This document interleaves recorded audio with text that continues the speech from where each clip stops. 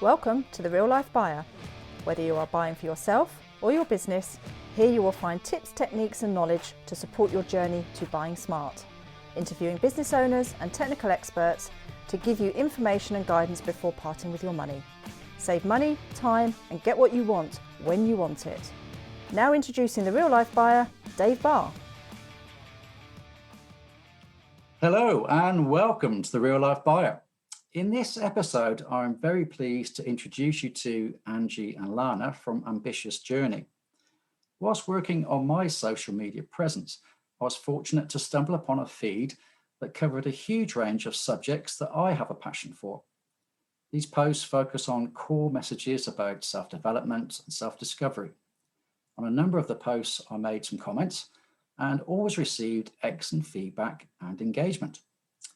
So in all walks of life and career paths, self-improvement, building confidence and enhancing our skills and techniques is important, not least when dealing in business, developing our commercial relationships, and particularly negotiation.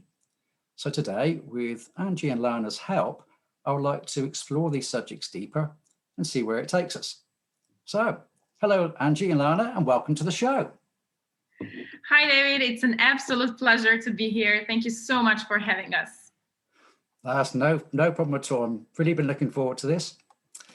So we need to discover a little bit about you guys. Perhaps we could start by finding out what's the motivation behind Ambitious Journey and where your goals and vision lay for the future. Absolutely. Thank you. Our vision is to help people be more confident and equipped with the skills essential for the maximum achievement and ultimate self-fulfillment. We are currently working on training programs on these essential skills by sharing our experience, expertise, and knowledge. So we are super excited to share with you and your audience that these trainings will be coming out very soon and we'll be advertising it accordingly, right? Through Ambitious Journey, we really want to promote the importance of self-development as a very important starting point of any success. So we are both truly passionate about personal development. So we made a decision to create Ambitious Journey to inspire people be their best, right? So as the name itself says, Ambitious Journey means that self-improvement is a journey, is a process. People should enjoy it, right? And strive to fulfill their ambitions and maximize their potential. So that's why we name it Ambitious Journey, because we want to really inspire people strive to their ambitions and fulfill their dreams, and of course, enjoy the journey such as personal development journey, right? So that's briefly about us. Okay. Yeah, it's quite right. It's a journey. Do you see it as a journey with an end, or do you see it as a forever journey? It's basically endless journey. Yeah, quite agree. We should enjoy the learning process, right? We see the learning as a journey, which is kind of endless, right? Yeah, definitely. And obviously, I remember being at school, you don't tend to think of learning as fun, do you? But yeah, I think as you get older, you start to appreciate things, how you learn things far more. I never used to be into history as a young lad until I discovered a guy called Simon Scarrow, and he writes all about Romans. And I really got hooked onto his series of books and started to read those avidly. He's a professor, a historian from memory. And that kind of switched me on to actually learning is pretty good fun. So I guess he's the guy that actually made me enjoy history, which is something I didn't particularly enjoy as a young boy. But there we go, just a little bit about me. So I believe in all our lives, starting the day in a positive and purposeful way is important. What would you say is good practice here? And what would you both do to fire yourselves up for the day ahead?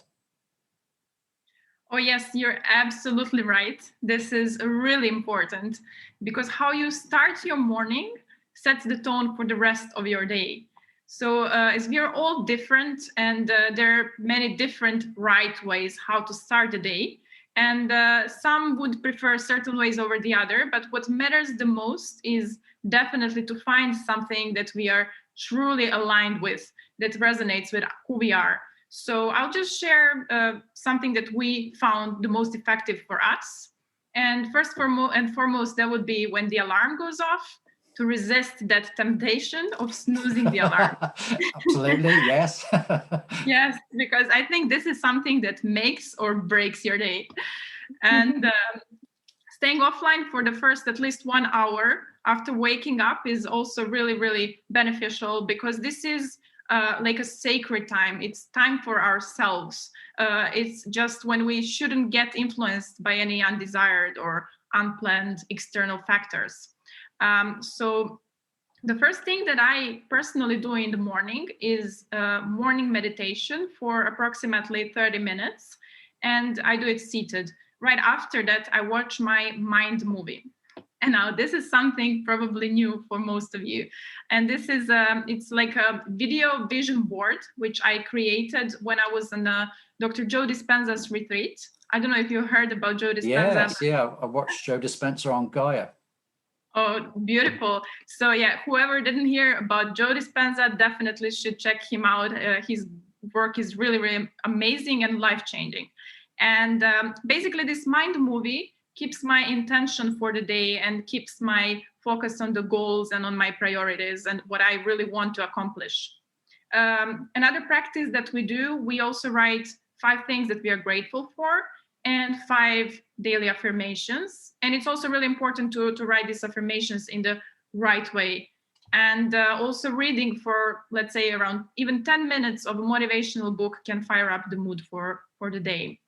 Other practice that we do is journaling for a couple of minutes, visualizing the day ahead. And this is also really, really powerful. And what we do include in our morning routine is also workout, but if anybody's time restricted, it can be fit in the schedule anytime later during the day, but definitely should be included. Okay, that's good. There's a lot of good points in there. Personally, I struggle with journaling. Have you got any tips for journaling? Yes, so journaling, definitely. This is something that I discovered. It's really life-changing for me, because it's kind of downloading your thoughts on the paper, and it really gives you time to reflect upon what you really, really feel. And it's so important to actually go through deeper layers, to ask the questions why, and again, why, and to come to the root of why are you getting certain emotion, or why do you have certain thoughts. I think it's really, really practice that everybody should do. Okay, I'll have to get some tips after this from you then. Definitely. Certainly I've heard of affirmations as well, and I've researched a little bit into that. I wouldn't say I'm an expert, but I do get it. A lot of people see this as they refer to as woo-woo, but I think you're setting your mind up. So I agree with that. Well, yeah, it depends from the approach, but affirmations are also really powerful, because if you set them in the specific, like very precise way, if you are really trying to manifest precisely what you're looking for, I think it's really life-changing. Okay, I quite agree. The other thing is meditation. That's something I've started doing. I expect when my mates hear this, they'll probably take the mickey, but I've started doing that some time ago. I listen to a particular app, which helps me just for 10 minutes just to get my mind straight. I struggle a little bit with focus, not getting things come into your head and try to distract you. Is that something you have challenges with as well? Well, it depends on the day. At the beginning, when you're a beginner at meditation, it's really, really challenging. But with time, I guess with practice, you get better at anything. So you're getting better at meditation as well. However, I would recommend to you maybe to try with guided meditations, because then you are focusing on the voice that's telling you what to do or what to think. And it's kind of easier than just staying quiet and trying to catch your thoughts and just release and stay in peace and quiet. So just try that. Yeah, one of the things I've actually put on in the background sometimes is just the sound of rain. I don't know why, but that kind of calms me a little bit. But But there we go. Whether that's good, bad, or indifferent, I don't know, but it seems to work for me. That's the important thing. That's beautiful. Yeah, that's very calming frequencies. So it does work. Okay, I'm doing the right thing then. You're the right path. Fantastic. Okay, let's move on. I personally am a strong believer in being prepared, perhaps sometimes over prepared, but particularly before I meet other persons in my career. What are your thoughts about getting prepared for business? Absolutely. Thank you, David, for this question. We believe that it's really important. So we approach preparedness with a high importance because it does mainly impact the success of anything we do. For example, when we are prepared, when we are prepared to meet a new person or professional person that we have a meeting with, we demonstrate respect if we are prepared.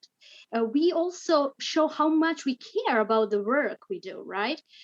Besides, when we are prepared, we feel more confident about the process we are in. Simply, we like to use the quote which says, by failing to prepare, you are preparing to fail, as Benjamin Franklin said. So, yeah, we definitely believe that it's truly important element of success in any field. So, yes. Yeah, that quote certainly resonates with me. I don't know why, but it gives, as you say, confidence. If I'm organized, I've had my thoughts prepared, I've got questions prepared. Obviously, I'm meeting people who are trying to sell me things regularly in my life. And so I need to understand, I've got to be able to speak their language. And sometimes speaking the language means you've got to prepare that much more. So yes, I certainly agree. I document things. I'm a bit of a key documenter, and I tend to write a prepared script. So if I'm going to meet with, let's say, a supplier, I'll have all the things ready about the good things, the bad things, the performance indicators, the kind of things I'm trying to tease out. And that can be challenging for the actual person on the other side, because not always people are prepared for their meetings. Certainly I see people come to meetings with me who, let's say, haven't prepared anywhere near enough. So that tells me a lot. As you've alluded to, if people haven't given the time to get prepared, it doesn't show. You say respect is certainly one way of thinking about it.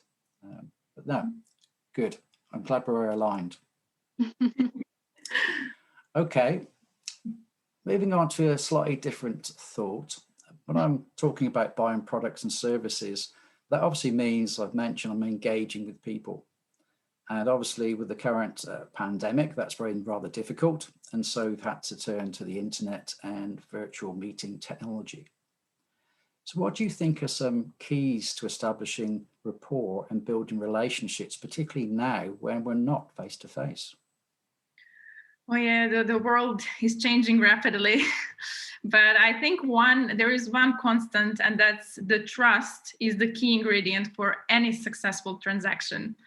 And in order to build rapport, the underlying needs of the customer need to be properly first identified and fully understood. And not just the superficial needs, like this product serves for this, and that's it, your need is satisfied. I think we just need to dig a little deeper. So when we are buying something, we need to feel that we are genuinely cared for. And I believe as human beings, we naturally have this tendency or need to create connection and intimacy with the products that we're buying or with the brand that we are buying from, and to trust that they are here for us. So now in the era of the internet, it becomes more challenging since the body language is not present. And as we know, 93% of communication is non-verbal in nature, and only 7% of the communication are the actual words.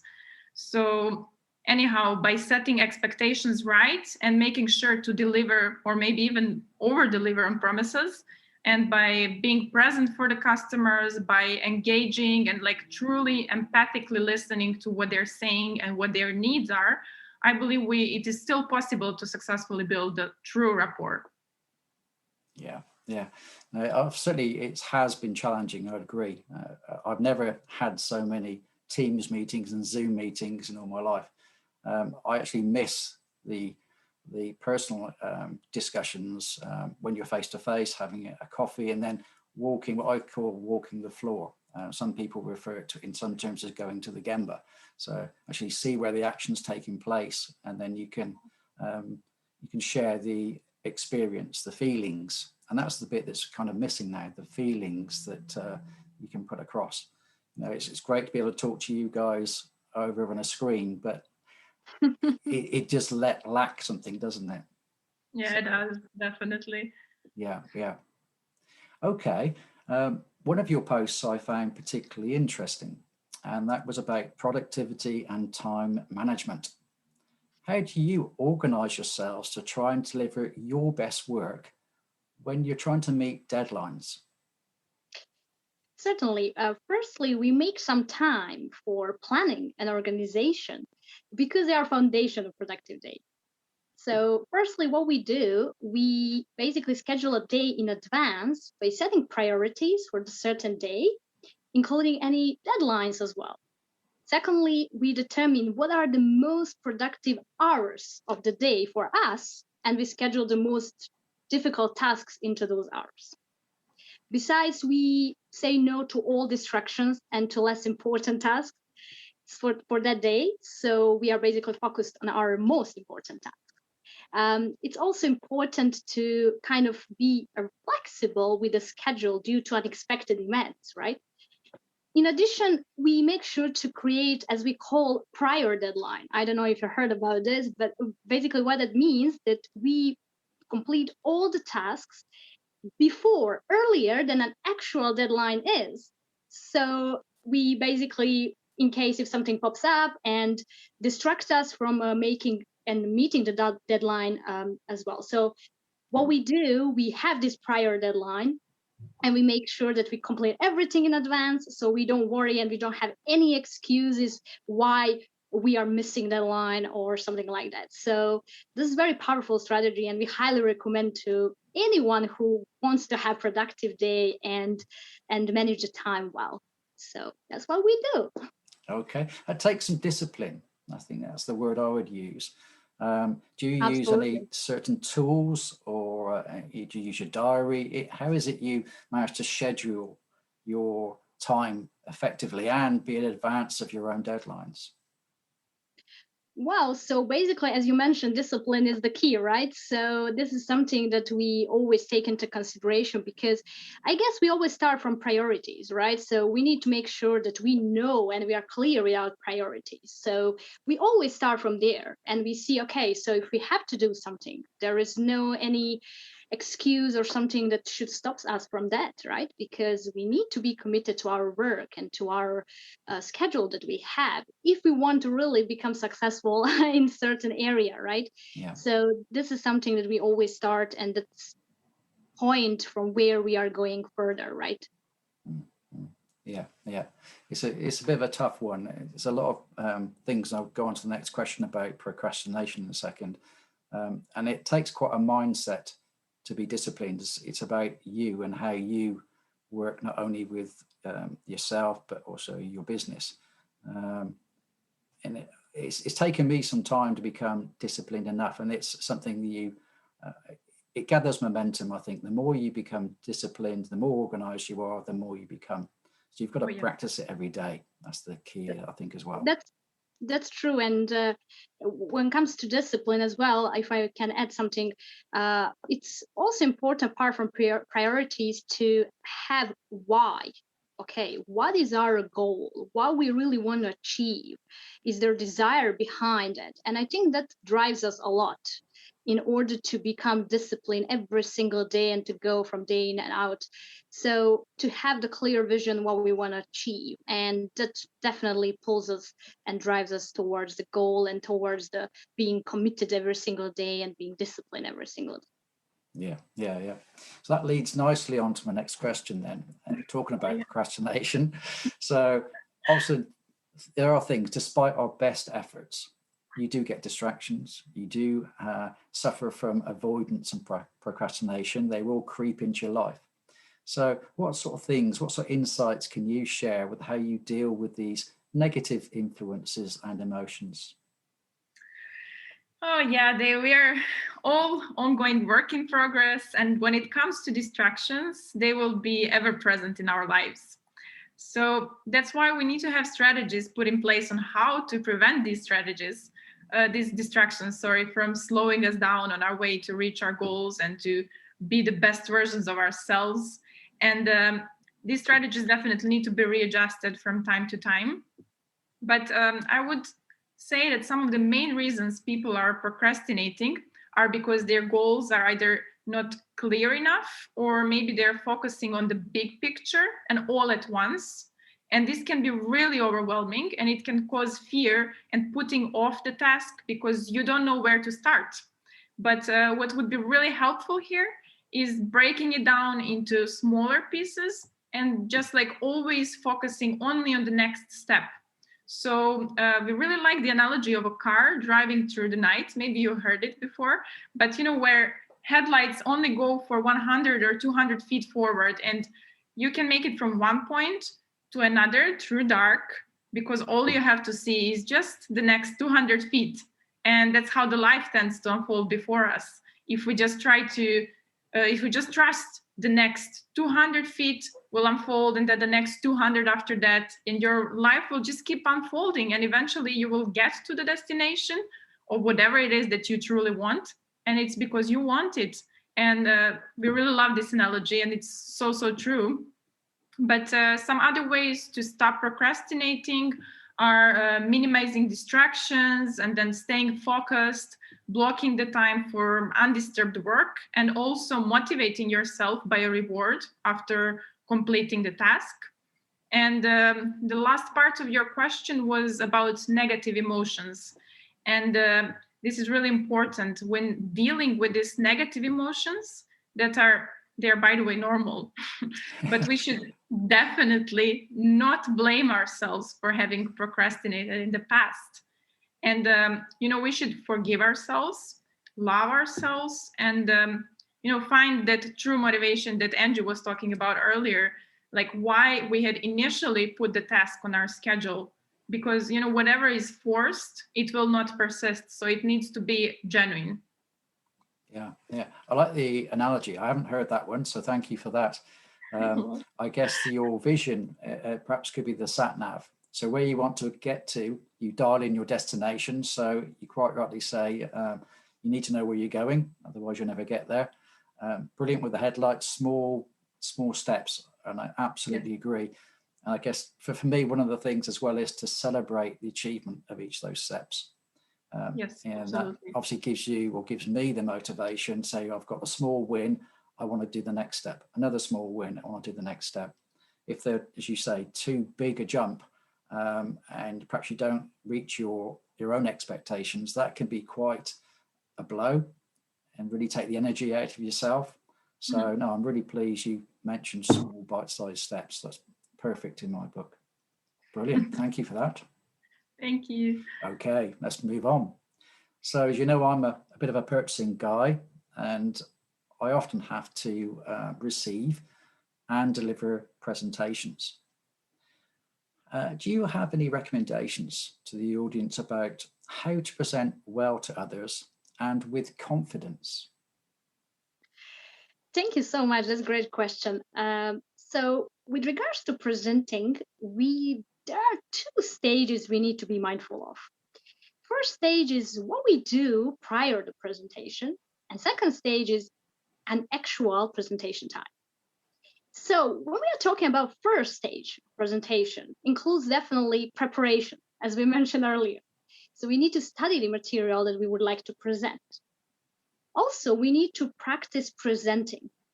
Especially if we are a little bit nervous, we should practice presenting in front of the mirror, because that's how we see how we are going to look in front of the audience later on, right? And it's really powerful strategy because it helps us to see what we can correct or improve. So this is the first stage prior to presentation. So preparation and practice. Then we move to the second stage, which is actual presentation time. I would like to start from the beginning, right? We need to start presentation focusing on audience engagement. Starting presentation enthusiastically, for example, Then, of course, making sure that our nonverbal communication is in alignment with our verbal communication, because body language needs to convey the same message as our verbal language and our definitely tone of voice. So that's very, very important. As Lana mentioned earlier, body language plays a main role in communication. So also, we should preferably kind of explain to the audience why, purpose of the presentation, and of course the benefits of the presentation to them. When I say why, what I mean to explain them why they are there. What is the main purpose of presentation? What is the goal of presentation? What are they going to benefit from it? And this way we keep people's attention easier. Also, we need to explain information clearly, concisely, and make sure to have our message come across properly and people understand what we are talking about. So that's very important, because people need to understand, or sometimes we need to use simpler language, depends on our audience, who our audience is. So that's basically the tips that we have used and we practice, and we know they are working. So we highly recommend to anyone who wants to prepare for presentation or have some presentation, upcoming events that they need to talk in front of the audience. So yeah, those are the very important steps to cover if you want to be really confident for the presentation. Great. There's two things I just pulled out of that. I guess we're referring to the saying, tell them what you're going to tell them, and then tell them what you told them. So that kind of fits with some of your words you just mentioned. The other thing, and I'm very jealous of you guys for this, you do some really good posts that are now video posts. I am terrible at video posts. Okay. Now, I present to people, I talk to people all the time, but when it comes to seeing myself or talking to a non-person, I really struggle with that. And you ladies have aced it. How do you stand there, say what you're going to say so eloquently and so great in front of the video? I can't get that. So what's the tip there? Do you have some narrative behind the screen? Do you have a picture of a person there? Are there certain things that you could share on how you've managed to achieve that so well? Absolutely. Thank you for asking this. I just would like to say that there is a difference between presenting while using the video or just presenting in front of the real audience and people, those who are listening to us. And I would say that it's kind of easier when you are in front of the real people, right, than in front of the camera. But how we found it very useful and powerful, what to do basically to be better when it comes to videos than just real life experience, is that we kind of imagine, okay, so we are in front of the camera, behind the camera is the audience. That's first trick, that we are trying to trick our mind and remind ourselves that, okay, so we are trying to convey the message to people, those who will be listening to us. And we want to kind of trick our mind that, okay, so when we are in front of the camera, we just start, we believe, okay, we are talking to audience. We're trying to trick our mind as much as we can. And when it comes to narrative, we don't really prefer to have narrative behind the camera. Right. because it can be destructive. And of course, audience can feel if we are reading or if we are really talking to them. So we try to make our narratives simple as much as we can. So we don't really use some kind of words that people don't might understand. And we are trying to simplify as much as we can. So we are trying to send really simple and concise message. And we always make sure that we prepare in advance. So what we made as narrative, we make sure that we remember. And of course, in case if something, distracts us or we are not doing the way we wish, of course, we can always do it again and again. That's the advantage of video recording than just real life experience. So of course, everything has got some advantages and disadvantages, but yeah, these are two tips that I would say that are helpful. We're trying to trick our mind in order to be in front of the camera in a natural way, and of course to prepare our narrative and to simplify as much as we can, and of course just imagining that we are seeing the audience behind the camera and we are trying to share some important information and learning with them. So that's kind of tricks that we use. Right, I shall take that on board. Projecting the audience, I think that's a good one. I haven't thought about that, so I'll give it a go and see how it works out. I'll tell you about it, perhaps. Okay. Definitely. We're talking about stressful situations now, and obviously a lot of people get stressful about doing a presentation, particularly if you're going to go into a negotiation, as I do with suppliers. For that, I think it's important to get your mind set and ready, prepared. Do you have any recommendations for being prepared to go into something that's going to be stressful? Well, first of all, we need to stop overthinking. We all tend to overthink prior important meeting, for instance, negotiation. So instead of overthinking, we should visualize the event in the best positive way. Basically, we need to shift our perspective from potential negative to positive and try to set our attitude in a way that we approach any negotiation meeting, for example, with the vision that we are going to have a win-win situation. In case something doesn't go the way we wish, of course, we need to take it as a learning experience, not as a failure, and we can try doing better next time. This kind of thinking or way of thinking can help us to relax and stay calm prior to the meeting. Also, knowing that we are prepared can help us to stay relaxed as well. And we mentioned about preparation is the key to almost any process we are in, right? So this is the kind of way we try to put ourselves in the best frame of mind, I would say. So, yes. That's really good. Yes, thanks for that. I quite often would just take myself away for 5 minutes before people are going to arrive and do a little bit of meditation there. Just have a few minutes quiet time. You're quite right. Being prepared before is something you must do. You need to set what you want to achieve. You're right. In my opinion, win-win. I always want to try and have a negotiation with people in a positive way, rather than a battle, as some people perhaps go into it. There's a particular guy that I've read a lot about. He's written Never Split the Difference, a guy called Chris Voss. And he's an ex-FBI guy who was a chief negotiator when there's hostage situations. So it's a fascinating take on things that the guy has, and he's actually quite famous now.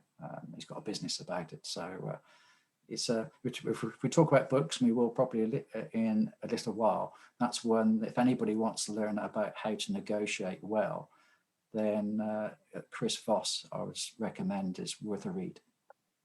Thank you for recommendation. Cool. Talking about spending, we all love to spend, particularly when it's big ticket items. I like my vehicles, particularly motorbikes, but I won't go into that because we'll be there all day. So just thinking about people's impulse buying, have you any thoughts about what drives an impulse buy and what perhaps we could do to manage these impulses in a better way? Yeah, this is a really, really great question, David. Thank you so much for asking this. I think it's really important. We believe that it's the most important to understand the difference between wants and needs. So people very often get confused between these two because they are very similar, but still they're so different. So let's see, maybe the easiest way to look at this is by understanding the difference between hunger and appetite. So when you're hungry, your body is running low on calories and energy. And appetite, on the other hand, is desire for the food that smells and tastes good. So you aren't starving, and maybe you don't even need to eat, but you simply crave it. So very often we confuse our needs and our wants. And there is one great simple exercise for this, and that's to list the things that you think you need and to be very, very honest with yourself. Are they really needs or they're just wants? And you will find that much of what you thought you needed was really a want, and that you already have 99% of what you need. So we also face many false desires daily.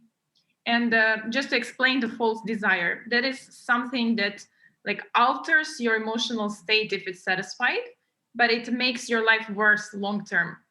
So it just our minds making us think that we are giving ourselves pleasure. It's like those instant gratifications. But in order to know if desire is false or genuine, we just need to play it out in the future. And just if we pursue it, like we need to ask ourselves if we will pursue this desire, is it going to lead to the result that we really want? And is it really going to make us more of who we truly want to be? And I also think that this has to do with our priorities, because if we keep reminding ourselves of what really matters, it will be easier to stay committed and then avoid overspending and the impulsive behavior that you mentioned.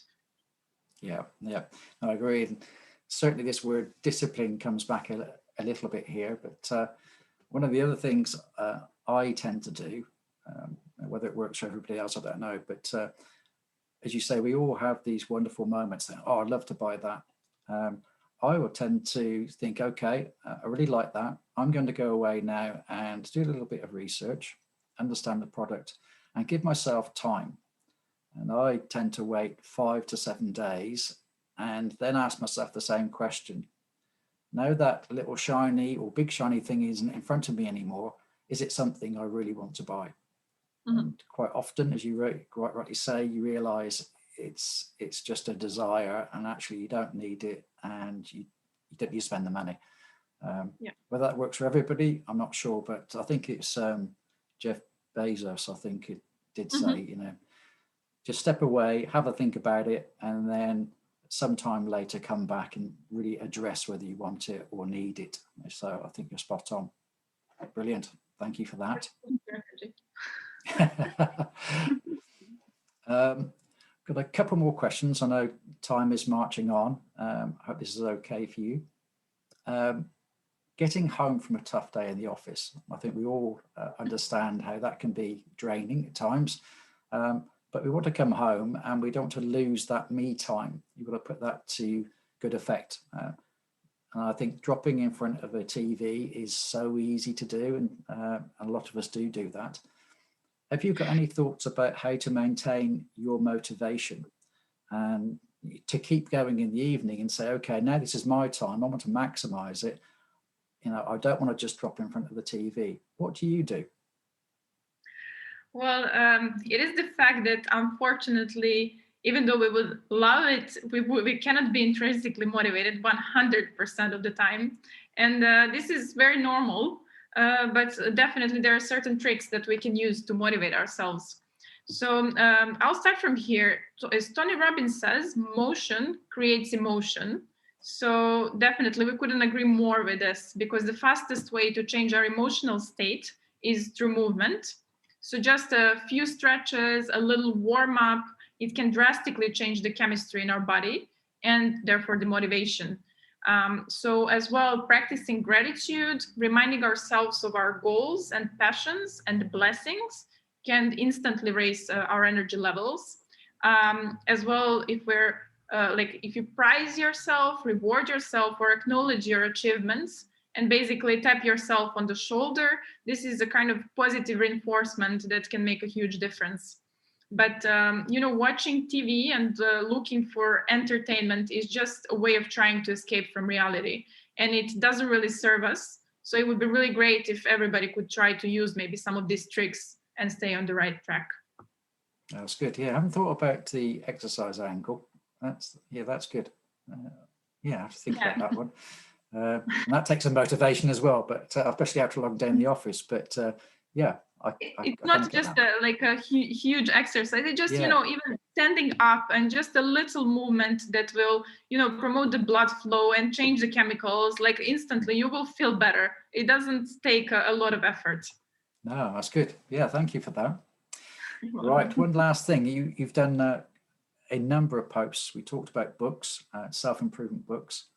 I'd like to understand who inspires you and why.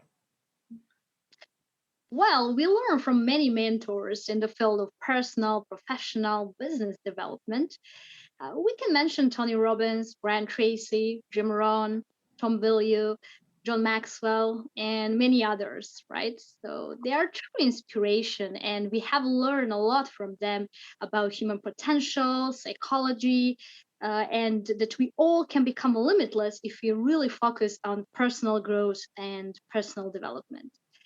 Furthermore, we both truly believe that we can also find inspiration everywhere around us. So we don't need to just look up at people, those who are like famous or people, those who achieved something extraordinary. We can find inspiration everywhere. For instance, we can spend time with the right people and learn from them. We can also find inspiration in small people's act that have huge impact. And we can also inspire other people by being a role model and a good example to others. I think it takes really a little to impact others in a positive way and become inspiration to someone. Yeah, that's right. I guess one of the things that recently was a big inspiration the world over in the end was obviously Captain Tom Moore, and doing his walk, his 100-meter walk, and raising money for the National Health Service in the UK. Excellent. And that's something that somebody who obviously is quite an amazing person in his day, and just by doing some physical things, he inspired a whole nation and more. I'm not sure how far around the world he actually did inspire people, but I got the impression that was quite an incredible achievement worldwide, let alone UK wide. So yes, and sort of people's achievements. Even when you see people who have difficulties, they overcome those difficulties. They overcome perhaps physical problems to do some pretty amazing things. I think we should all take some positive things from that. Anything can be done if you set your mind to it. And yes, you're quite right. There's some big names out there that have done some pretty impressive trainings, but often it's the person that's next door to you that done some amazing things as well. So that's brilliant. Absolutely. Thank you for that. Okay, we want to know more about you now. If the audience wants to learn more about Ambitious Journey and yourselves, what's the best way they can go about seeking you on the social media and such? Thank you, David. This was really, really fun. We really enjoyed it. And the listeners can find us on Instagram and TikTok under name ambitious.journey, and also on other platforms such as LinkedIn and Facebook. And our website is coming soon, as well as our YouTube channel. And feel free to contact us on social media. We will be really, really happy to talk to you and answer messages, maybe work on some future projects together. Thank you so much. No, Thank you that's so been much. really good. No, that's great. It's great to know. I didn't realize you were on all those platforms. So yes, I shall look you up, and I'll put those details obviously on my notes so people can catch up with them when they listen to the podcast and have a look at the detail. So that's great. Well, I know you're in different time zones now, but it's not too late at night, which is great. I've really enjoyed talking to you after all this time following you. It's been great to have a conversation and get to know the real people behind the social media posts. So that's brilliant. Well, I want to wish you both a lot of good luck for the future. And I'm hoping that perhaps in maybe 6 months or 12 months, when you're superstars, you can make contact with me again, and perhaps we can have another chat and see how things are going. It will be our pleasure. Thank you so much, Dave. Great. Take care Thank then, you. and I'll speak to you soon. Take care. All the best. Bye-bye. Take care. Bye. Thank you for listening to this podcast. Please subscribe and leave a positive review if you can spare a minute or two. If you would like to contact me, my email address is david@reallifebuyer.co.uk, or find me at Real Life Buyer on Facebook, Instagram and Twitter, where you're welcome to direct message me. I look forward to you joining me on future episodes. Take care, and remember, save money and buy smart.